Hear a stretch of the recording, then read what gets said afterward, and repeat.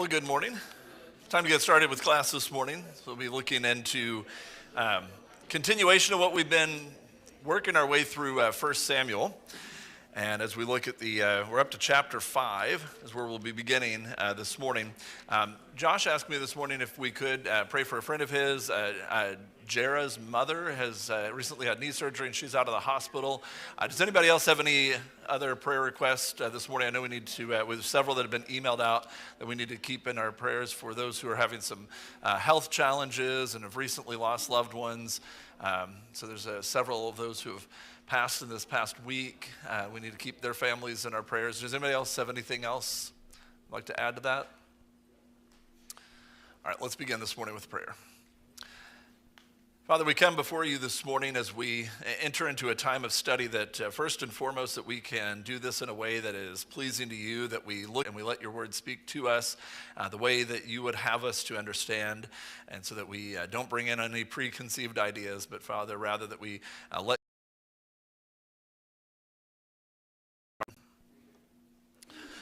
Okay, so we are up to 1 Samuel chapter 5, and this one is going to start with a kind of a character that is in this one that comes in very clearly into this study, which is this character in the land of the Philistines called Dagon. Now, this is one of their fake gods who's kind of called the fish god. So this is one of their idols, and he comes in very early into the story. Remember what happened last time. We had the death of Eli. We had Hophni and Phinehas, his children, who were his two sons, who were terrible guys, who were both killed in a battle that they shouldn't have been bringing the Ark of the Covenant into. And as they brought that in, they find that the Ark was then stolen. Not only did they lose heavy loss in the battle, but they end up losing the Ark of the Covenant, which is ultimately what led to the shock and dismay from Eli. And in his old and very heavy state, when he fell over, his neck snaps and he dies. And so that is that's kind of the way that things ended in chapter 4. So we're up to chapter 5, and Josh is going to read our first verse, if you will, Josh.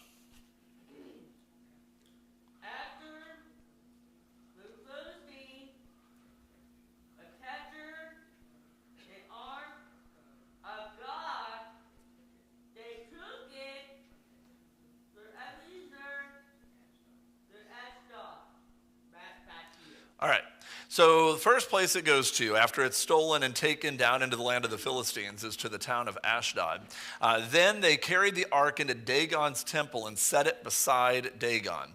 If you're going to take the presence of God, the Ark of the Covenant, and you're going to do anything more sacrilegious you could do to it, you know, one of the greatest things you could possibly do is to take it into a temple that has been dedicated to an idol and put basically his throne on earth, you know, to carry it in. Now, the humorous approach, I think, almost that God takes on handling this situation. So when the people of Ashdod rose early the next day, there was Dagon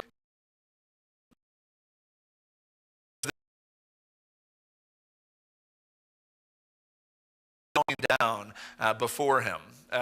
Before his presence there. So they took Dagon and put him back in his place. And so they're like, okay, that's strange. I'm not sure what happened. You would think that would have been sign number one that something is going terribly wrong with their plan on this one. But whether or not they saw that or not. But the following morning when they rose, there was Dagon fallen on his face on the ground before the ark of the Lord. His head and his hands had been broken off and were lying on the threshold. Only his body remained. That is why to this day, neither the priests of Dagon nor any others who enter Dagon's temple at Ashdod step on the threshold.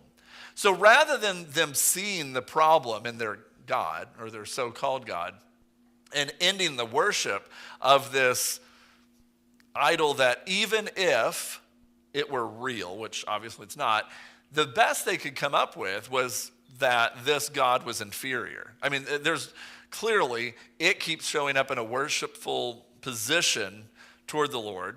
And its head's now broken off. Its hands are broken off. They're going to have to fix this idol. And so as a reminder of this event, because where his head and hands were, they're going to step over the threshold as they walk in and won't even take a step on it.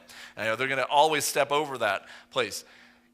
Rather than it sinking in what really happened there, they choose to look at it as, well, we can't step on this spot or whatever. And they continue their worship of Dagon nonetheless. But they weren't done. Then the Lord's hand was heavy on the people of Ashdod and its vicinity. He brought devastation on them and afflicted them with tumors. Some of the passages will add a little bit more description as far as some versions of that. I think the Septuagint was one of them that adds several more descriptors to exactly kind of what took place to them in Ashdod. When the people of Ashdod saw what was happening, they said, the ark of God, the God of Israel must not stay here with us because his hand is heavy on us and on Dagon our God.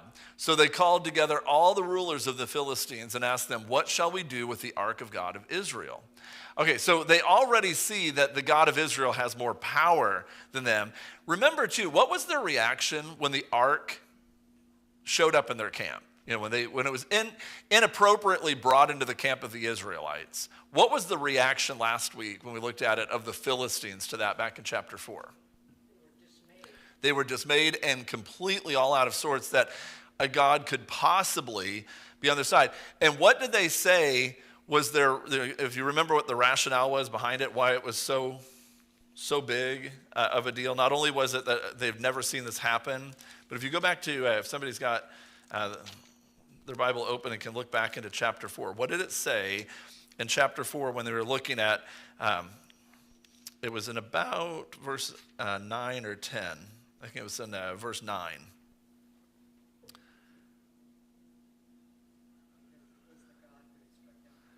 They remembered Egypt. And we're going to see this memory they have. They know a lot. They know a lot about this God of Israel. And so to them, it's not their God. It's like a personal pride thing. But they totally understand that the God of Israel has more power and strength than Dagon. There's also a lot of thing that there's, Dagon, not only was he the fish god, and he's kind of, he's also referenced many times in terms of grain as well. So we'll see that. You'll see a lot of references to there. So whether or not it's fish or grain, or it's just like a whole kind of what they were known for, kind of that's where they attach all this to. So when you see this kind of, this view of what they view their God has a limited power, although it's theirs. So there's a little bit of pride behind Dagon that doesn't go away. But at the same time, when they hear that this other God, which they actually attribute it in a lot of the translations to the gods of Israel. They think he's so powerful, he must be more than one because of what he did to the Egyptians. Remember, the 10 plagues were several different things to show he had power over every possible one of the Egyptian gods. There was a reason why it needed to be that many. You may wonder, why didn't he just go, skip straight ahead to the 10th plague?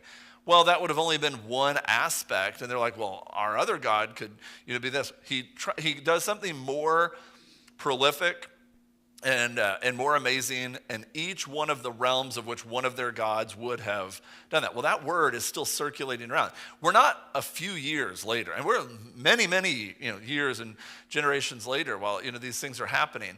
They didn't just walk out of Egypt. A lot of time has transpired since then.